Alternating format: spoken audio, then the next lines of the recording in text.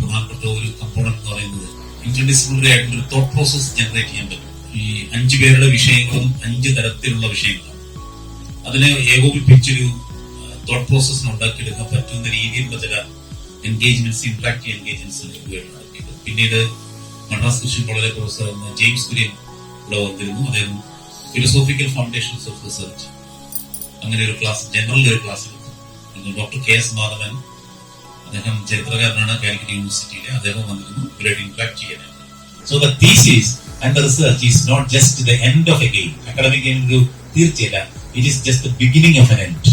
ഇവിടാണ് നിങ്ങളുടെ തുടക്കം. ഈ തീസിസ് സബ്മിറ്റ് ചെയ്യുന്നതോടുകൂടിയാണ് നിങ്ങളുടെ സിഗ്നേച്ചർ ചരിത്ര രചനയിലേക്ക് വീഴുവാനായിട്ട്, അങ്ങനെ ഒരു നല്ല സിഗ്നേച്ചർ, ഒരു ഇമേജ് ഉണ്ടാക്കാനായിട്ട് നിങ്ങൾക്ക് സാധിക്കണം. അതിലേക്ക് നയിക്കുവാനായിട്ട് നിങ്ങളെ കുറച്ച് ദിവസം നിങ്ങളെ ടൈസ് ഇവിടെ എൻഗേജ് ചെയ്തു എന്നുള്ളതിനാണ് ഞങ്ങളുടെ അഭിമാനം.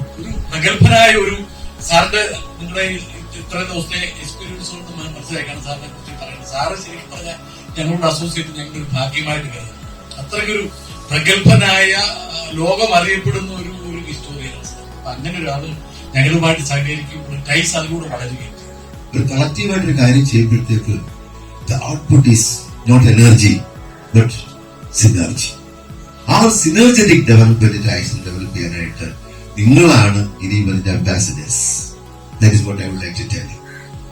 എയ്സിന്റെ ഹൈലൈറ്റ് എന്ന് പറയുന്നത് ഇവിടെ കിട്ടിയ പ്രാക്ടിക്കൽ സെഷൻസ് ആയിരുന്നു. ഒരു റിസർച്ചിലല്ല, ആക്ച്വലി ഞങ്ങളുടെ അക്കാഡമിക് കരിയറിലും ഇൻക്ലൂഡിങ് ഞങ്ങളുടെ പേഴ്സണൽ ലൈഫിൽ വരെ അപ്ലൈ ചെയ്യാവുന്ന തരത്തിലുള്ള പ്രാക്ടിക്കൽ സെഷൻസ് ആണ്. ഫീൽഡ് വിസിറ്റ്, ക്യാമ്പസ് വിസിറ്റ്, നമ്മൾ അത് എക്സ്പീരിയൻസ് ചെയ്തതാണ്. ടൈം ട്രാവൽ ചെയ്യുന്നത് പോലെ എങ്ങനെ അവിടെ പോയി തിങ്ക് ചെയ്യുന്നത്, എങ്ങനെയാണ് ഒരു ഫീൽഡ് വിസിറ്റ് നടത്തുന്നത്. It's A model. ഇതൊരു ക്വസ്റ്റ്യൻ പേപ്പറാണ്. This is A question paper. Only 2 questions. 2 question ആണ്. 3 മണിക്കൂർ എടുത്തോളം ഇത് എഴുതാൻ വേണ്ടിയിട്ട്. കുറച്ചുകൂടെ സമയം കിട്ടിയിരുന്നെങ്കിൽ എഴുതാമായിരുന്നു എന്നൊരു തോട്ട് ഞങ്ങൾക്ക് ഉണ്ടായിരുന്നു. ഈ എയ്സ് പ്രോഗ്രാം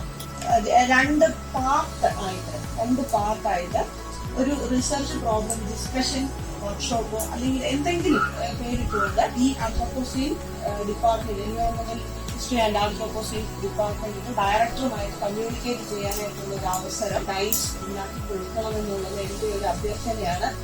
ഇങ്ങനെ ഒരു പ്രോഗ്രാം ഫോർ ഫസ്റ്റ് ടൈം എങ്ങനെ തിങ്ക് ചെയ്യണം, എങ്ങനെ നമ്മുടെ അനലിറ്റിക്കൽ സ്കില്ലും നമ്മുടെ ക്രിട്ടിക്കൽ തിങ്കിങ്ങും എല്ലാം എൻഹാൻസ് ചെയ്യുന്ന ഒരു പ്രോഗ്രാം ഞാൻ ഫസ്റ്റ് ടൈമാണ് അറ്റൻഡ് ചെയ്യുന്നത്.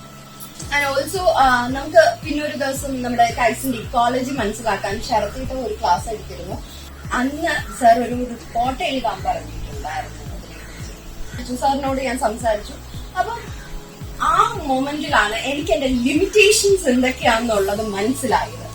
ആൻഡ് ആ ലിമിറ്റേഷൻസ് മനസ്സിലാക്കിയതാണ് എന്റെ ഏറ്റവും വലിയ ബെനിഫിറ്റ് എന്നാണ് ഞാൻ കരുതുന്നത്. കുഞ്ഞൻ കുര്യൻ സാറിന്റെ ഒരു ക്ലാസ് ഉണ്ടായിരുന്നു. സയൻസ് ബാക്ക്ഗ്രൗണ്ടിലുള്ള ഒരു ടീച്ചറിന് സോഷ്യൽ സയൻസ് സ്റ്റുഡൻസുമായിട്ട് കണക്ട് ചെയ്യാൻ ഇച്ചിരി ബുദ്ധിമുട്ട് ചില സമയങ്ങളിൽ ഫീൽ ചെയ്യാറുണ്ട്. പക്ഷെ സാറിന്റെ ലൈഫ് എക്സ്പീരിയൻസിൽ നിന്ന് സംസാരിച്ചപ്പോഴത്തേക്ക് അത് കൃത്യമായിട്ട് നമുക്ക് കണക്ട് ചെയ്യാൻ പറ്റിയെന്ന് എനിക്ക് അങ്ങനെ കണക്ട് ചെയ്യാൻ പറ്റിയിട്ടുണ്ട്. ഞങ്ങൾക്ക് എല്ലാവർക്കും അങ്ങനെ തന്നെയാണ്. പിന്നെ നമുക്ക് ഒരു ഡോക്യുമെന്ററി സ്ക്രീനിങ് ഉണ്ടായിരുന്നു.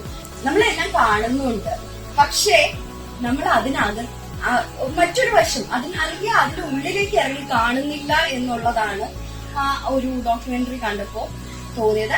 നമുക്ക് ലാസ്റ്റ് ഡേ ഒരു ഫീൽഡ് വിസിറ്റ് ഉണ്ടായിരുന്നു.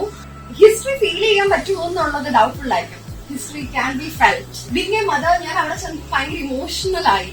പക്ഷേ എനിക്ക് ഭയങ്കര കണക്ട് ആയി ആ സ്ഥലവുമായിട്ട്. എന്താണെന്ന് എനിക്കറിയില്ല, പക്ഷെ സബ്ജക്ട് എനിക്ക് കൂടുതൽ തിങ്കിങ് കേപ്പബിലിറ്റി വന്ന പോലെ ഉള്ള ഒരു ഫീൽ ഉണ്ടായിരുന്നു. എങ്ങനെ ആവരുത് എന്നതിൽ നിന്ന് ഞാൻ ഇവിടെ വന്നപ്പോ എങ്ങനെ ആവണം എന്നതിലേക്ക് മാറി. പിന്നെ ഏറ്റവും അധികം ഇൻഫ്ലുവൻസ് ചെയ്തത് ടൈസിന്റെ ഈ ഒരു അന്തരീക്ഷം എന്ന് പറയുമ്പോൾ നമ്മളിപ്പോ ഈ കാണുന്ന ഈ ഒരു ചെറിയൊരു ലോകം, ചെറിയ വലിയ ലോകത്തിലോട്ട് എത്താൻ എന്തുമാത്രം എഫേർട്ട് ഉണ്ടായിരിക്കും എന്ന് നമുക്കറിയാം. ടൈസ് എന്ന് പറഞ്ഞ ഒരു ഇൻസ്റ്റിറ്റ്യൂഷൻ ഇല്ലെങ്കിൽ നമുക്ക് ഇവിടെ ഗ്യാദർ ചെയ്യാൻ പറ്റില്ല. അതേപോലെ ഓരോ ആളുകളും, പിന്നെ എസ്പെഷ്യലി സെബാസ്റ്റ്യൻ സാർ എന്നൊരു വ്യക്തി ഇല്ലായിരുന്നെങ്കിൽ നമുക്ക് ഇങ്ങോട്ട് വരാനും പറ്റില്ലായിരുന്നു. സാറ് വളരെ നന്നായിട്ടാണ് ഓരോ കാര്യങ്ങളും എങ്ങനെ ചിന്തിക്കാമെന്നുള്ളതിൽ നിന്ന് തുടങ്ങി അതിൽ നിന്ന് എങ്ങനെ എഴുതാമെന്നും, അതല്ല നമ്മുടെ ഡോക്യുമെന്റേഷൻ കൂടി അല്ലാതെ ലൈക്ക് നമ്മൾ റിയൽ ലൈഫിൽ നമുക്ക് എങ്ങനെ ചരിത്രത്തെ എക്സ്പീരിയൻസ് ചെയ്യാമെന്നും ഇമോഷൻസ് എങ്ങനെ കണക്ട് ചെയ്യാമെന്നൊക്കെ അതൊരു പ്രോസസ്സാണ്. ആ ഒരു പ്രോസസ്സിനെ വളരെ ഭംഗിയായിട്ട് നമ്മുടെ ജീവിതത്തിൽ ചെയ്യുന്ന അല്ലെങ്കിൽ ഡെയിലി ലൈഫിൽ ചെയ്യുന്ന എന്ത് കാര്യമാണെങ്കിലും ഒരർത്ഥം ഉണ്ടാവണം ശരിക്കും പറഞ്ഞാൽ, either for you or four everybody else. അപ്പൊ എനിക്ക് അങ്ങനെ ഒരു മീനിങ് ഫീൽ ചെയ്തില്ലായിരുന്നു സീരിയസ്ലി. പക്ഷെ ഇവിടെ വന്നിട്ട് ഭയങ്കരമായിട്ട് എനിക്ക് എന്താ പറയാ, ഇത് നല്ല രീതിയിൽ ചെയ്യണമെന്ന്, അതായത് ഒരു ഹിസ്റ്ററി, ആ ഒരു ഡിസിപ്ലിന്റെ ഒരു എസൻസ് ശരിക്കും സാറിന്റെ ഓരോ സെന്റൻസിലും നമുക്കത് ഫീൽ ചെയ്യാൻ പറ്റും. വീണ്ടും ഇവിടുന്ന് അത്രയും നല്ലൊരു സ്പേസ് ആണ്. ഈ സ്പേസിൽ എനിക്ക് പോകാൻ തോന്നുന്നില്ല. ശരിക്കും മൈൻഡ്ഫുൾനെസ് എന്നൊക്കെ പറയത്തില്ലേ, നമ്മൾ ശരിക്കും ഒരു മെഡിറ്റേറ്റീവ് കൈൻഡ് ഓഫ് അറ്റ്മോസ്ഫിയർ ആണ് ഇവിടെ. ശരിക്കും ലിറ്ററലി നമ്മൾ വെളിയിലോട്ട് ഇറങ്ങി ഒന്ന് ശ്രദ്ധിച്ച് ഇഷ്ടം പോലെ സൗണ്ട് ഓഫ് നേച്ചർ, ബേർഡ്സിന്റെ ആണെങ്കിലും ട്രീസിന്റെ ലീവ്സ് അനങ്ങുന്ന സൗണ്ട് ആണെങ്കിൽ പോലും നമുക്കത് ഫീൽ ചെയ്യാൻ പറ്റും. Such a homely atmosphere. I want more scholars to attend such workshops and at least to come here and feel that love in the air. ഞാൻ ആദ്യം first സെഷനിൽ തന്നെ സാറിന് വെച്ചൊരു ചോദ്യമുണ്ട്, എന്താണ് ഇതിന്റെ പർപ്പസ്, എന്താണെന്ന്, ഇത് വന്നത് എന്തിനാണ്. അപ്പൊ ഞാൻ എനിക്ക് ഇമോഷണലായിട്ട് പറഞ്ഞൊരു കാര്യമുണ്ട്, ചരിത്രം ഇല്ലാത്ത ഒരു ജനതയ്ക്ക് ചരിത്രം ഉണ്ടാക്കി കൊടുക്കുന്നതിന്റെ ഭാഗമാകാൻ വേണ്ടിയാണ്. എനിക്കിവിടെ വന്നതിന് ശേഷം നമ്മൾ ഒരു സബ്ജക്ട് മാത്രം ഒതുങ്ങി നിൽക്കാതെ ബാക്കിയുള്ള എലമെന്റ്സിൽ കൂടെ ഉൾപ്പെടുത്തണം എന്നുള്ളൊരു എന്താ പറയുക ബോധം ഉണ്ടാക്കി തന്നതാണ്. ഇവിടെ വന്നപ്പോൾ എനിക്ക് സ്പേസ് കിട്ടി. നമ്മൾ എന്താ പറയാ പറയുന്നില്ല, നിന്റെ വാക്കുകൾ കേൾക്കട്ടെ നീ ഇത് പറയുന്നു, നമുക്ക് വേണ്ടി സംസാരിക്കാൻ ഒരു സ്പേസ് ഉണ്ടായി. അതാണ് എന്റെ ഏറ്റവും കൂടുതൽ എന്നെ സന്തോഷിപ്പിച്ചൊരു കാര്യം. ആ സ്പേസ് ഉണ്ടാക്കുന്നത് അതിന് പ്രവാസികൾക്ക് വേണ്ടി നന്ദിയുണ്ട്. ഒന്നാമത്തെ കാര്യം, നമ്മള് നെല്ലിന് നല്ല പീസ്ഫുള്ളായ മാത്രമേ നമുക്ക് ഒരു വർക്ക് നന്നായി ചെയ്യാൻ പറ്റൂ.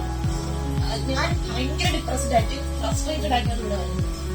എനിക്ക് തിരിച്ചു തരണം എന്ന് വളരെയധികം ആഗ്രഹത്തോടു കൂടിയാണ് ഇവിടെ വരുന്നത്. പക്ഷെ ഓരോ വർക്കിലൂടെ വരുമ്പോഴും ഞാൻ എവിടെ നിൽക്കുന്നു എന്നുള്ളൊരു ഇതാണ്. ഇമോഷൻ എല്ലാം മാറ്റി നിർത്തിയാൽ ഒരു ഗവേഷക എന്ന നിലയിൽ, ഒരു വിദ്യാർത്ഥി എന്ന നിലയിൽ ഞാൻ എവിടെ നിൽക്കുന്നു, സബ്ജക്റ്റിൽ എവിടെ നിൽക്കുന്നു, എന്റെ പൊസിഷൻ എവിടെയാണെന്നുള്ളത് കണ്ടുപിടിക്കാൻ വളരെയധികം സഹായിച്ചിട്ടുണ്ട്. ക്യാമ്പസിൽ നിന്നുള്ള ഒരു അറ്റ്മോസ്ഫിയറിൽ നിന്ന് ഇവിടേക്ക് വരുമ്പോൾ നമുക്ക് ടെൻഷനുകളില്ല, നമുക്ക് നമ്മുടേതായിട്ടുള്ള കാര്യങ്ങൾ, നമ്മൾ വേറെ ആരെയും കുറിച്ച് ചിന്തിക്കേണ്ട, ഒരു പ്രഷറും ഇല്ല. നമുക്ക് നമ്മുടെ വർക്ക് നമുക്ക് എവിടെ വേണമെങ്കിലും ഇന്ന് ചെയ്യാം എന്നുള്ളൊരു അവസ്ഥയാണ്. നമ്മളൊരു അന്തരീക്ഷം ഉണ്ടാക്കി തരുന്നതെന്ന് പറയുന്ന ഇക്കാലത്ത് ഭയങ്കര വലിയൊരു കാര്യമാണ്. നമുക്ക് സ്പേസുകളില്ല. പിന്നെ ഫീൽഡ് വർക്കിന് പോയത് അത് നല്ലൊരു എക്സ്പീരിയൻസ് ആയിരുന്നു. പക്ഷെ അവിടെ പോയപ്പോ നമ്മൾ ഡിസ്കഷൻ കഴിഞ്ഞപ്പോൾ എനിക്ക് മനസ്സിലായി, നമ്മൾ നോക്കിക്കാണുന്ന വിധം വേറെ വിധത്തിലാണ്. നമ്മൾ ഒരു റിസർച്ചർ എന്നൊരു രീതിയിൽ തന്നെ കാണണം. നമ്മൾ വിദ്യാർത്ഥിയല്ല, ഗവേഷകർ തന്നെയാണ്. അത് ഏത് രീതിക്ക് അപ്രോച്ച് ചെയ്യാമെന്നൊരു എന്താണ് ബോധ്യമാണ് നമുക്ക് പറയുന്നത്. ആ ബോധ്യം എനിക്ക് തന്നെ ഉണ്ടായിട്ടുണ്ട്. അത് വളരെ